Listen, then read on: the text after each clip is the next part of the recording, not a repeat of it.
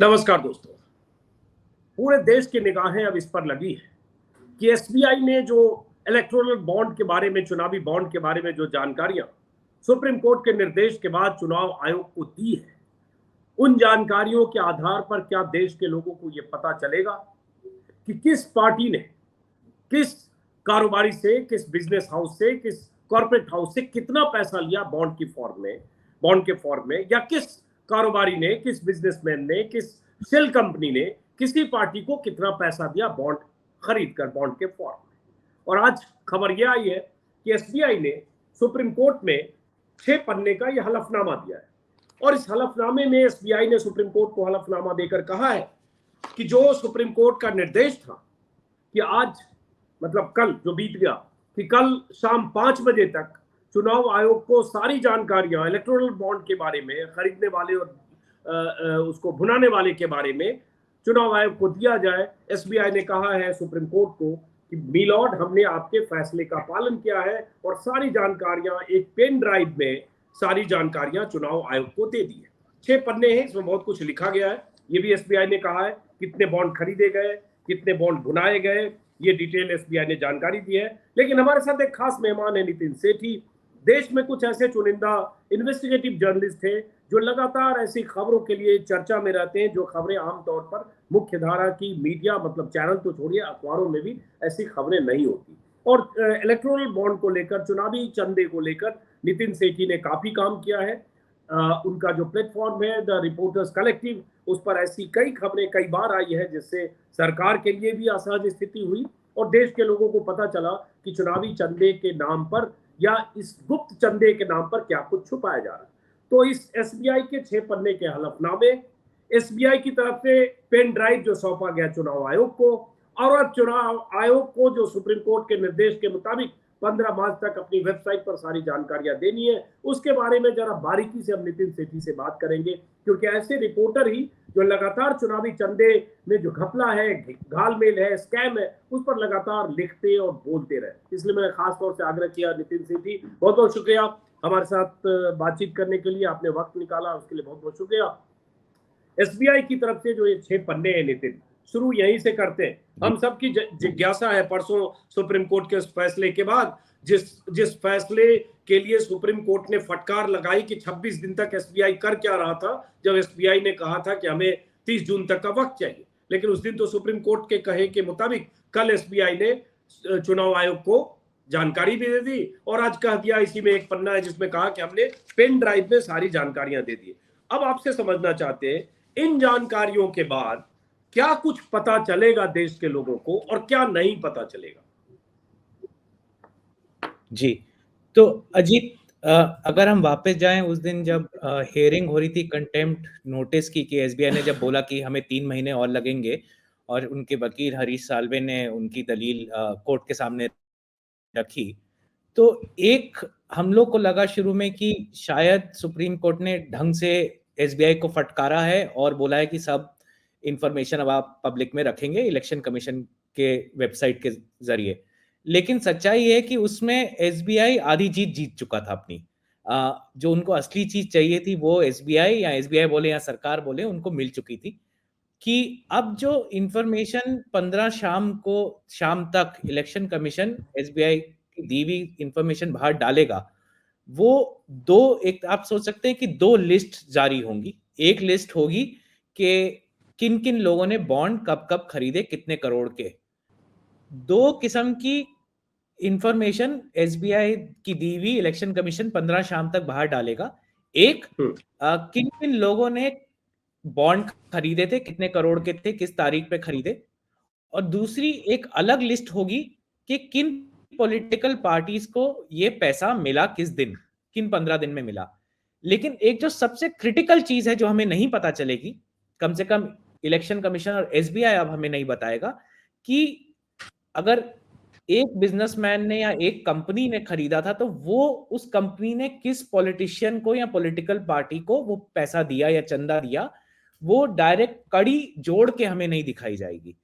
और ये एक तरीके से सुप्रीम कोर्ट ने भी परमिट कर दिया है इनको ऐसा करने का। लेकिन अगर आप सुप्रीम कोर्ट के ऑर्डर पे वापस जाएं तो सुप्रीम कोर्ट ने कहा था कि नागरिक का हक बनता है कि उनको पता चले कि किसी कंपनी ने अगर पॉलिटिकल पार्टी को पैसा दिया है तो किसने दिया है, क्योंकि कोई भी कंपनी किसी नेता को या पॉलिटिकल पार्टी को चंदा भले के लिए नहीं देती है, अपने मुनाफे के लिए देती है।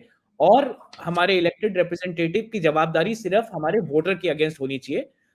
तो लेकिन अब जो इंफॉर्मेशन आएगी 15 शाम तक, उसमें ये कड़ी जुड़ के नहीं मिलेगी, अलग दो खांचों में सामान रखा होगा और इसको जोड़ने का काम आपको और मेरे पे छोड़ दिया गया है और आम नागरिक पे छोड़ दिया करा है कि आप खुद सोच लीजिए किसने किसको दिया होगा। उसमें मुमकिन है कुछ डब्बों के बारे में पता चल सके और कुछ हिस्सों के बारे में पता चल सके, लेकिन किसी की काबिलियत नहीं होगी अब कि एकदम एक्यूरेसी के साथ बोल सके कि ए ने एक्स को ही पैसा दिया। ये बहुत ये अहम बात कर बताना रहे हैं बहुत नितिन। मुश्किल होगा। हाँ, ये आप बहुत अहम बात कर रहे हैं। लेकिन जैसे एसबीआई का जो ये 6 पन्ने का हलफनामा है, मान लो मेरे हाथ में है, इसमें एसबीआई ने जो आखिरी में कहा है कि इन compliance with the order of Honorable Supreme Court, please find a sealed envelope containing the above details of 2 PDF files, one with details of purchasers of the electoral bonds and other file containing names of political parties who have encashed these bonds with all the requisite details as per order to Honorable Supreme Court.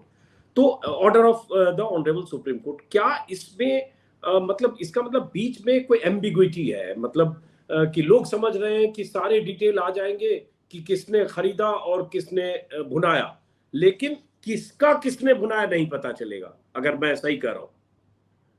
बिल्कुल एकदम सही, ये पता ही नहीं चलेगा। और ये SBI ने खास करके हरीश साल्वे साहब ने एसबीआई के बिहाफ पे सुप्रीम कोर्ट से बोला उस हियरिंग में कि ये खबर आप नहीं मांग रहे ना हमसे। तो जजों ने बोला कि हाँ, ये खबर हम आपसे मांग ही नहीं रहे, ये कड़ियां जोड़ के देने को हम आपको कह ही नहीं रहे हैं। तो होगा कि ये 4 धन्ना सेठ ने खरीदा और ये होगा कि 25 पॉलिटिकल पार्टीज को मिला, लेकिन किस धन्ना सेठ ने किस पॉलिटिकल पार्टी को दिया, आपने एकदम सही बोला, वो खबर बताना नामुमकिन के बराबर होगा अभी भी।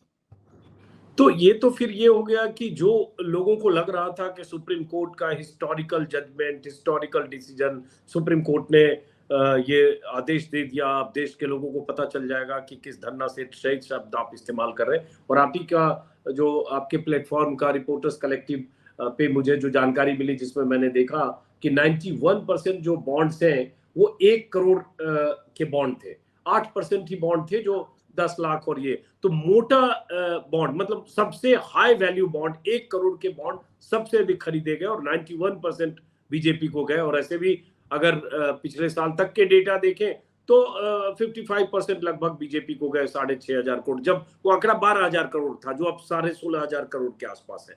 तो इसका मतलब फिर तो अब 22,000 करोड़ हो। अच्छा, 22,000 करोड़ हो गया। ओके, अभी हम लोग को लग रहा था, कहीं से इंफॉर्मेशन देख रहा था।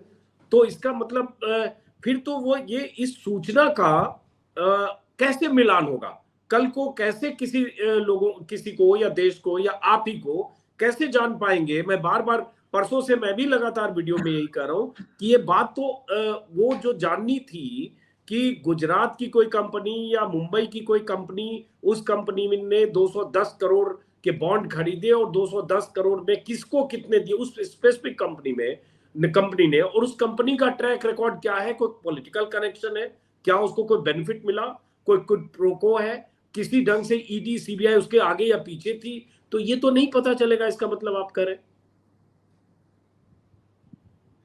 अब ये आपके और मेरे पे छोड़ दिया गया। मतलब हम जैसे न्यूज रूम जो करना भी चाहते हैं, काबिलियत भी रखते हैं और थोड़ी इच्छा भी रखते हैं, उन पे रख दिया गया है कि आप तोड़ निकाल सकते हैं तो निकाल लीजिए। जबकि स्टेट बैंक ऑफ इंडिया, जैसे हमने रिपोर्टर्स कलेक्टिव तपस्या में श्री गिरीश ने पहले दिखाया कि हर इलेक्टोरल बॉन्ड पे, आपने कल पूनम का शो किया था, पूनम जर्नलिस्ट है जिनका आपने शो किया था, कि हर इलेक्टोरल बॉन्ड पे एक सीक्रेट नंबर होता है।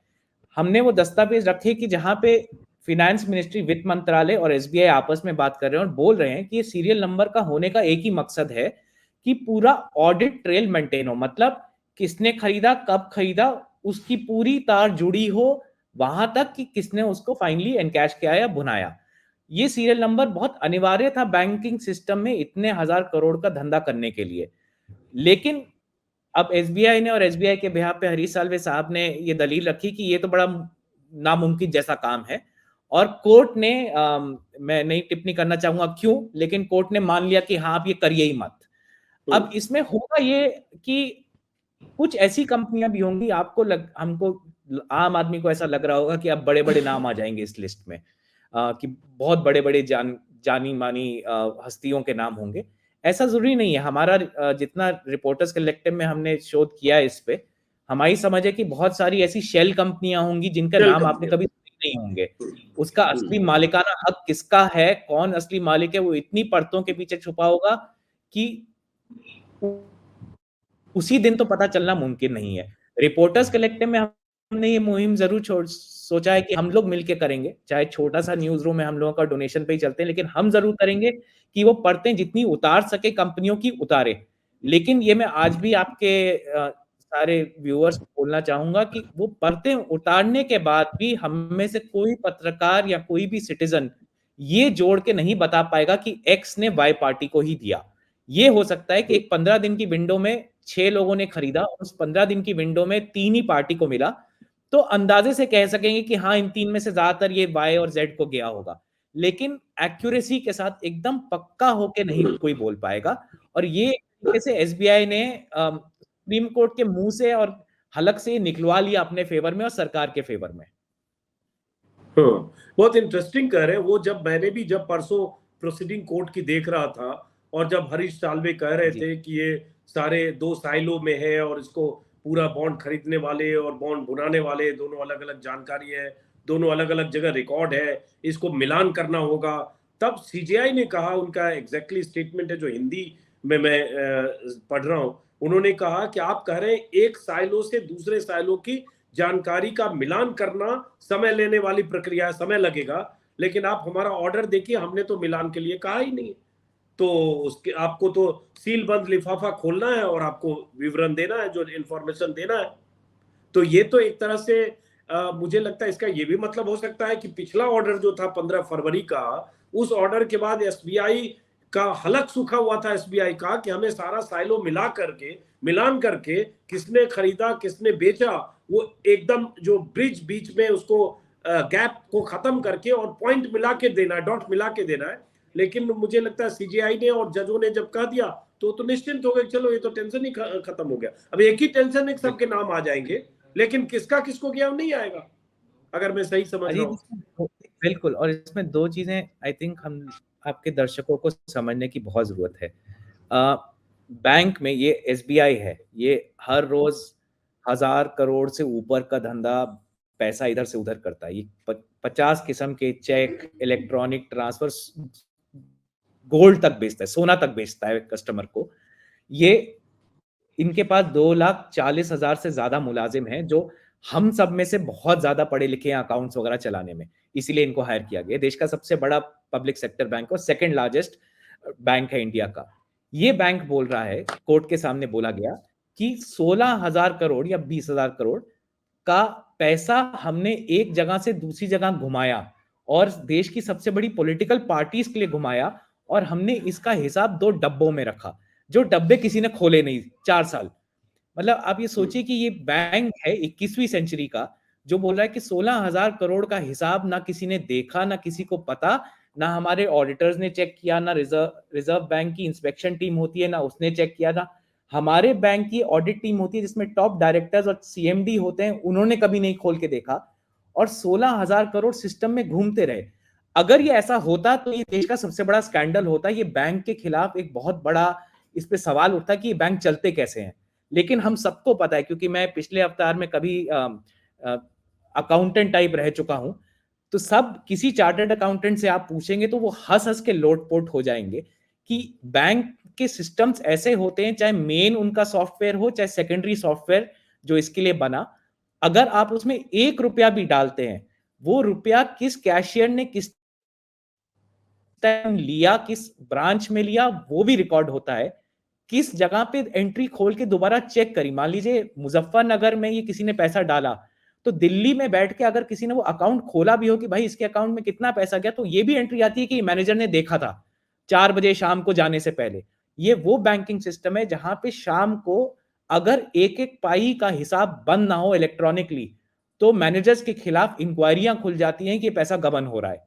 ये वो बैंक है। और यहाँ पे एसबीआई सुप्रीम कोर्ट को बता रहा है कि 16,000 करोड़ का कोई हिसाब ही नहीं, हमने 2 डब्बों में सील्ड कवर में लेके अंदर रख दिया और कभी खोल के देखा ही नहीं, और इतनी मुहिम लगेगी, इतना जद्दोजहद करनी पड़ेगी इसको जोड़ने का, जबकि हमने ये रिकॉर्ड बाहर डाला है।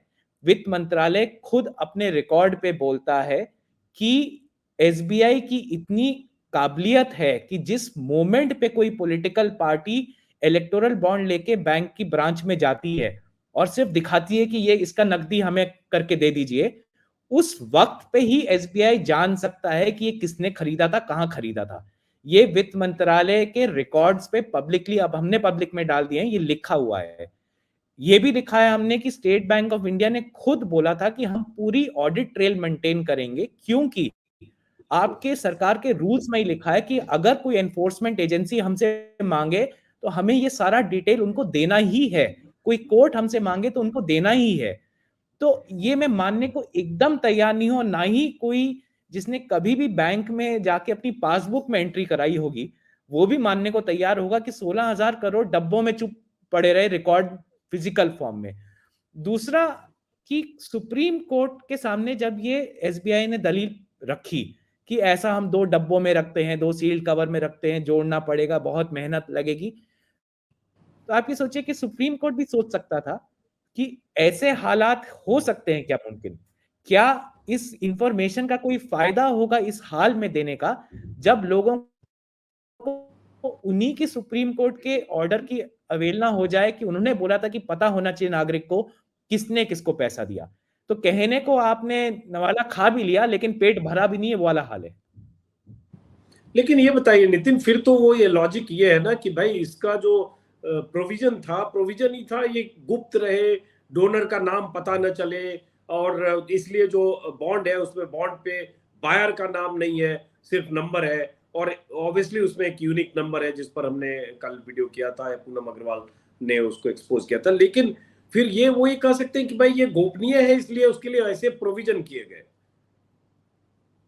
नहीं, गोपनीय आपके लिए और मेरे लिए था, गोपनीय बाकी पॉलिटिकल पार्टीज के लिए था। आप आम आदमी से सिर्फ ये सोचिए कि जैसे एक बार हम चेक बनाते हैं, चेक में कई बार होता है सेल्फ का चेक होता है कि भाई वो जिसके हाथ में होगा वो जाके कैश निकाल लेगा। आपने सेल्फ का 5,000 रुपए का चेक काटा, आपने किसी अपने दोस्त को दिया, दोस्त ब्रांच पे गया, उसने चेक कैशियर को दिया, कैशियर ने 5,000 रुपए उस व्यक्ति को दे दिए।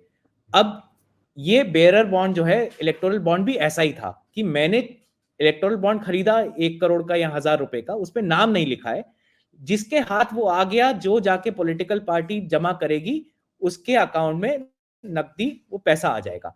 लेकिन जैसे सेल्फ के चेक का रिकॉर्ड रखा जाता है कि वो चेक किसने शुरू में बनवाया था, किस अकाउंट से गया था, क्योंकि उसमें भी एक नंबर होता है, हर चेक पे जैसे एक नंबर होता है, ऐसे वो हर जो इलेक्टोरल चेक नंबर है, वो चेक नंबर है, वो किस चेकबुक का है, वो चेकबुक किसको इशू जी हुआ, और पूरा सिग्नेचर, ये रिकॉर्ड सब होता है, वेरीफाई किए बगैर सेल्फ का चेक इनकैश नहीं होता है। क्योंकि इस तो रिकॉर्ड के वो बिना तो एक एक बैंकिंग बार सिस्टम मशीन गिर पे जाएगा, एंट्री ध्वस्त करेगा हो चेक जाएगा।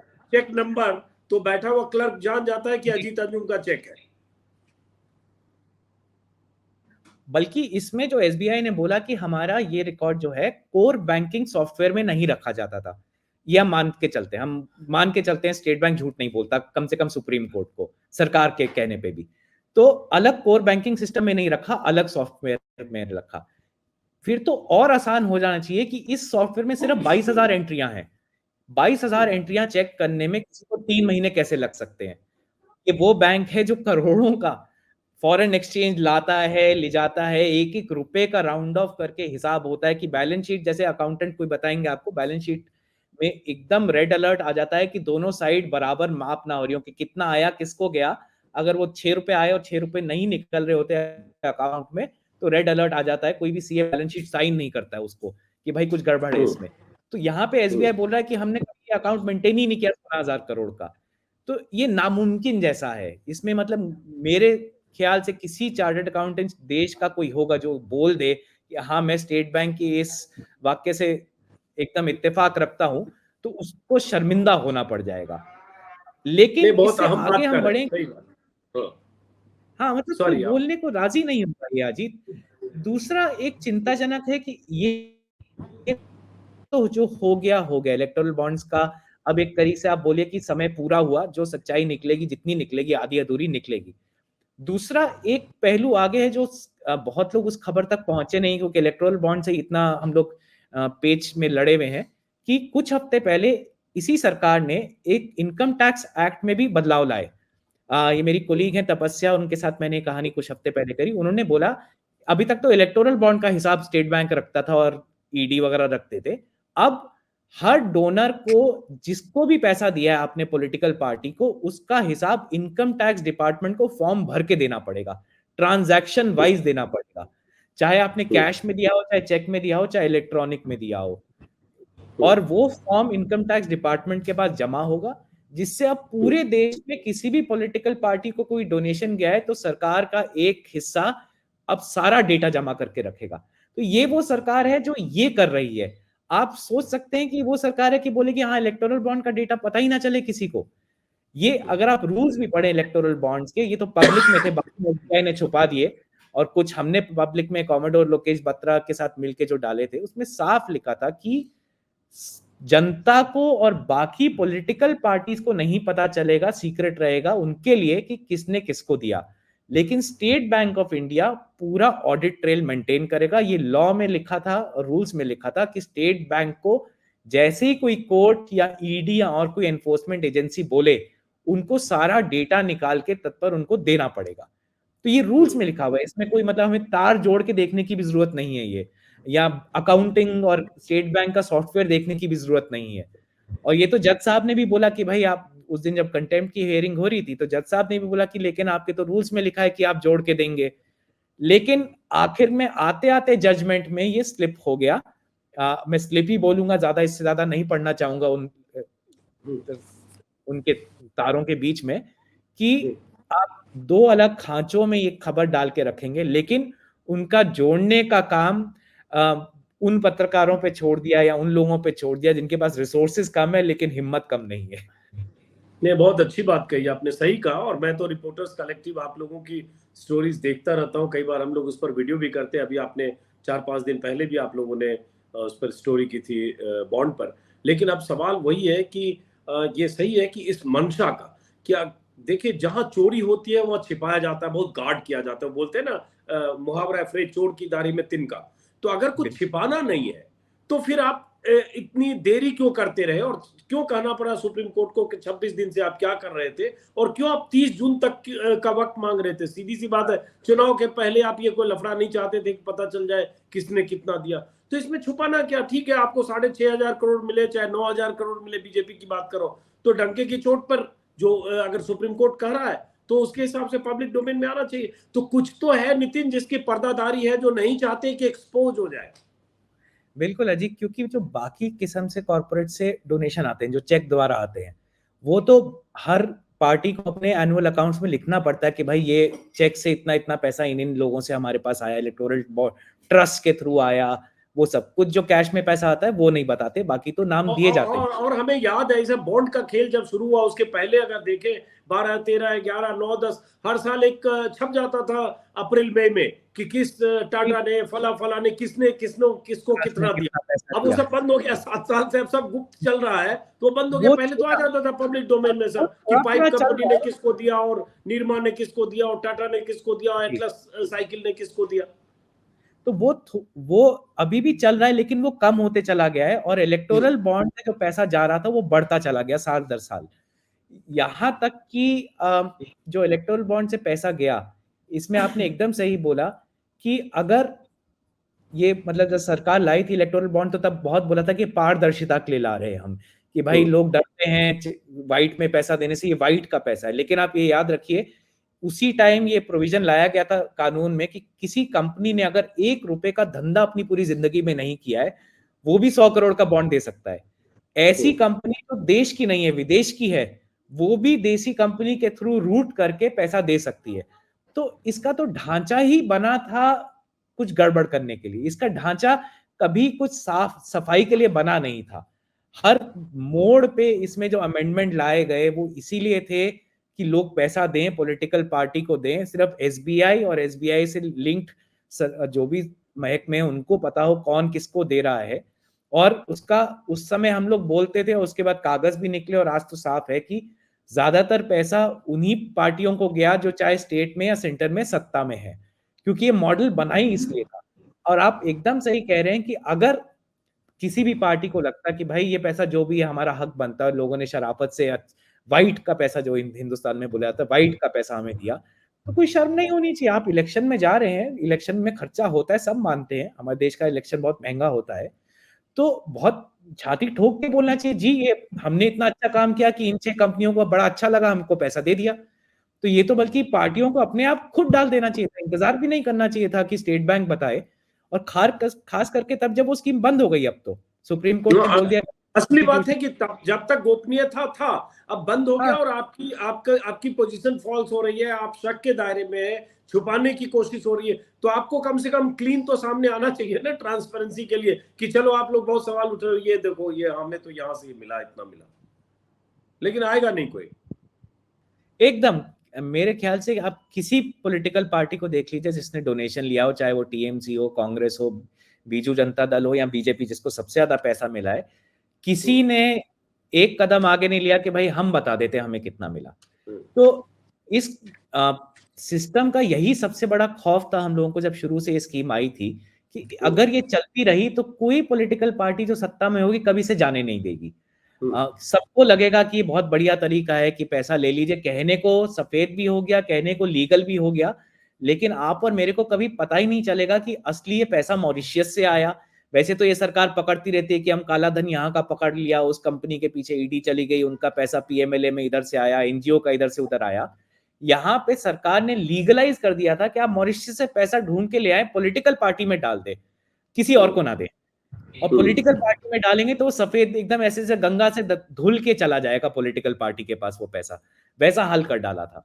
और किसी को पता भी नहीं चलेगा कि आपने हमें दिया, और किसी हाँ, को पता भी नहीं चलेगा। और उसमें जैसे मैं आज भी वीडियो में मैंने कहा कि जैसे बहुत सारे पॉलिटिशियन के बारे में बीते 6-7 सालों से कहा गया नितिन, कि उनके पीछे सीबीआई, ईडी या इनकम टैक्स जैसी एजेंसियां थी, और गिरफ्तार भी होते, छापे भी मारे जा रहे थे, सडनली बीजेपी में आ गए और निश्चिंत हो गए, सारी एजेंसियों से मुक्ति पा ली। अभी तापस रॉय और कई लोग अभी शामिल हुए पिछले 2 सप्ताह के भीतर। तो यहाँ भी ऐसा हो सकता है, बहुत सारे ऐसे कॉर्पोरेट हाउसेज या ऐसे घराने हो सकते हैं जिनके पीछे कोई एजेंसी लगी हो, और उन्होंने बॉन्ड खरीदा और बॉन्ड की व्हाट्सएप पर भेज दिए कि सर जी मैंने 106 करोड़ का ये खरीद लिया, बस जमा कर रहा हूँ। ये भी हो रहा होगा। देश के हवाला रैकेट जैसे चलते हैं, मतलब हम लोग जिन्होंने थोड़ा बहुत इसमें खोजबीन करी है, हमें साफ पता है ना देश के इलेक्शन सस्ते हुए हैं, ना देश में पॉलिटिकल पार्टी जो इलेक्शन पे खर्च करती है वो कम हुआ, ना कॉर्पोरेट्स जो अलग अलग नेताओं की और पार्टीज की मदद करती है वो कम हुआ।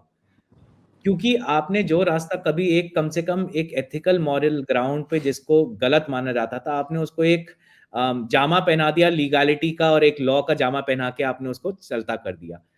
मतलब हम इस कगार पे अजीत तब पहुंच गए हैं कि लोग सवाल भी नहीं उठाते कि स्टेट बैंक की हिमाकत कैसे हुई कि ऐसे ऐसे स्टेटमेंट, ऐसे बयान कोर्ट के सामने दे सके कि हम हिसाब ही नहीं रखते कौन पार्टी को कितना पैसा हमने घुमा के खिलाया, कि हमारे रास्ते से जा रहा था। मतलब आपका मेरा पैसा होता कि भाई आपने 1,000 रुपए जमा किए, एक एफडी बनाई, और कल बैंक आके बोलता कि 1,000 रुपए वो गायब हो गए, किसी डब्बे में रखे हुए, खोलूंगा 3 महीने लगेंगे पता करने में कहाँ गए, क्योंकि सीक्रेट है, आपने बोला था सीक्रेट रखो। तो इस कगार पे हमने डेमोक्रेसी को पहुंचा दिया है कि स्टेट बैंक के चेयरमैन की हिम्मत हो सकती है कि ऐसा एफिडेविट कोर्ट के सामने या ऐसा प्ली कोर्ट के सामने डाले, और हम सिर्फ इसी पे अटक गए हैं नागरिक के तौर पे कि चलिए इतना मिल जाए यही बहुत है कि भाई किसने खरीदे। मतलब हमारे भी अपने आप सोच कम हो गई है कि हमारा हक था ये पता करना कि किसने किसको दिया, और ये सुप्रीम कोर्ट बोल के आया अपने जजमेंट में, लेकिन हम फिर भी इसी में खुश हो गए कि चलिए भागते चोर की लंगोट पकड़ी गई। सही बात, बहुत बहुत सही आपने मुहावरा यूज किया, भागते चोर की लंगोट पकड़ी गया। अब आखिरी सवाल नितिन, कि जैसे कुछ लोग कल से बोल रहे थे, पूनम अग्रवाल ने भी हमसे बातचीत में कहा, और बहुत सारे लोग सोशल मीडिया पे, कि अब दूसरा फॉर्मूला तो ये होता तरीका, क्योंकि उससे एसबीआई के डेटा से और इलेक्शन कमीशन की वेबसाइट पर आने से तो पता चलेगा नहीं किसने किसको दिया या किसका बॉन्ड किसने इनकैश किया। तो एक तरीका ये होता कि अगर कांग्रेस को 1100 करोड़ मिले, या टीएमसी को 1100 करोड़ मिले, या बीआरएस को मिले, ये पार्टियां अगर अपने हिस्से का डिस्क्लोज कर दें तो रेस्ट अमाउंट के लिए अंदाजा लग सकता है कि वो बीजेपी का रहा होगा 6-7 हजार करोड़ जो भी है। लेकिन वो पार्टी भी करेगी क्यों? वो कोई नहीं करने को राजी। अजीत, आप एकदम सही बोल रहे हैं, पूनम सही बोल रही हैं। मैं तो ये बोलता हूँ कि अगर एसबीआई को लगता है कि उनके लिए बड़ा नामुमकिन हो रहा है, वो सीरियल नंबर डाल के ये दोनों खांचे में डाल के अलग अलग भी दे देती, तो मैं मजाक में कहता हूँ कि रिपोर्टर्स कलेक्टिव हम 6-8 ही होंगे, लेकिन हम भी 2 घंटे में जोड़ के दिखा देते थे फिर कि किसने किसको दिया है। तो अब इस हाल में है कि ये नहीं पता चलेगा, और बहुत आप हैं, कुछ और छोटे न्यूज़ रूम्स हैं, इंडिपेंडेंट न्यूज़ रूम्स हैं, जो ये कोशिश करेंगे कि ढूंढने की कि अच्छा ये असली कंपनी कौन है, या किसको कोई भला कोई फायदा मिला था, कोई कॉन्ट्रैक्ट मिला था, किसी लिए कोई रूल चेंज किया था, या किसी के यहाँ रेड हुई थी। तो ये जोड़ तोड़ करके हम कुछ दिखाने की कोशिश जरूर करेंगे, हम तो करेंगे, लेकिन ये नागरिक का हक था। इसके लिए हम लोगों की जरूरत नहीं होनी चाहिए थी। मतलब हम बहुत कमजोर छोटे छोटे न्यूज रूम्स हैं, हम लोगों को ये काम करने की जरूरत नहीं होनी चाहिए थी। ये तो सिटीजन्स का हक था कि ये इन्फॉर्मेशन एक सुप्रीम कोर्ट निकलवा के दे, अगर सरकार खुद नहीं दे रही है, उनके हलक से निकलवा के देना चाहिए था। और दूसरा, थोड़ी शर्म होती तो सरकार खुद सामने रख रही होती। चलिए, लेकिन ये तो पता है कि शर्म नहीं है, और इसलिए इतनी छिपाने की कोशिश हुई, वरना कोई वजह नहीं थी कि एसबीआई 30 जून का वक्त मांगना। कोई भी लेमैन, कोई भी आदमी समझ सकता है कि इसलिए 30 जून बोल रहे हो क्योंकि अप्रैल में चुनाव है, तो इसलिए आप उसको 3 महीने टालना चाह रहे हो। जाहिर है, यूनिक आईडी है, यूनिक नंबर है, तो आप कहीं ना कहीं कुछ मिलान की व्यवस्था होगी। और जिसके 2.5 लाख कर्मचारी हैं, तो सही कहा, लेकिन मंशा, सवाल मंशा का है। अब देखते हैं चुनाव आयोग की वेबसाइट पर क्या जानकारी आती है, और हम लोग तो उतने वेल इक्विप्ड नहीं है, बल्कि कहें तो वो हमारी स्ट्रेंथ नहीं है। तो हम तो आप जैसे लोग, रिपोर्टर्स कलेक्टिव और पूनम अग्रवाल और ऐसी जो बहुत सारे जर्नलिस्ट हैं जो आपके साथ काम करते हैं, उनके हवाले से ही हम इंतजार करेंगे कुछ सूचना आए, ताकि हम लोग दर्शकों तक पहुंचा पाए। ये बहुत बड़ी चुनौती अब आप लोगों के कंधे पर है, लेकिन उसमें एक रिस्क है कि कोई एक डेंजर जोन भी है कि अगर वो परफेक्ट नहीं हुआ तो एक मानहानि का मुकदमा भी आ जाएगा कि आपने कैसे कहा कि 106 करोड़ हम ही ने दिए। इसके खतरे भी है। नहीं, पर रिपोर्टर्स कलेक्टिव ने तय किया कि जितना हमारे में मुमकिन है, जितनी हमारी काबिलियत है, इस मुद्दे को 4 साल से हम परस्यू करते आ रहे हैं, क्योंकि हम जानते थे ये एक इंस्टीट्यूशनल सेंध लगाई है डेमोक्रेसी में। तो जितना हम कर सकते हैं करेंगे। मैं कोई वादा तो अपने रिपोर्टर्स या अपनी टीम के बिहाफ पे नहीं कर सकता, हमारी भी कैपेसिटीज लिमिटेड है, बट सब मिलके करेंगे। आप भी हैं, हम भी हैं, कुछ न्यूज चलिए, रूम्स आप है। करेंगे, हम जनता तक पहुंचाने की कोशिश करेंगे। बहुत बहुत शुक्रिया नितिन, इतना वक्त निकालने के लिए बहुत बहुत शुक्रिया, बहुत शुक्रिया। और दर्शकों को भी इंतजार करना चाहिए कि 15 मार्च को क्या आंकड़े आते हैं। और सही कहा नितिन सेठी ने, नागरिक का फर्ज और नागरिक की जिम्मेदारी और नागरिक में आक्रोश भी होना चाहिए कि आपको ठगा गया। आप इतने से खुश हो जाएंगे कि चलो ये तो पता चला, लेकिन दरअसल आपको जो पता चलना चाहिए वही तो पता नहीं चल रहा है कि किसने किसको कितना दिया। ये 4 सवाल पर एक वीडियो मैंने किया, किसने किसको कब और कितना। सबसे इंपॉर्टेंट है नितिन, किसको किसको जी, किसने किसको, बल्कि ऊपर का सवाल का जवाब मिल जाए, किसने किसको। और मेरे ख्याल से यही सवाल का जवाब हर देश का नागरिक जानना चाहता होगा। फिलहाल बहुत बहुत शुक्रिया नितिन सेठी, आपका हमसे बात करने के लिए, और दर्शकों का शुक्रिया जो इतनी देर हमें देखा। नमस्कार।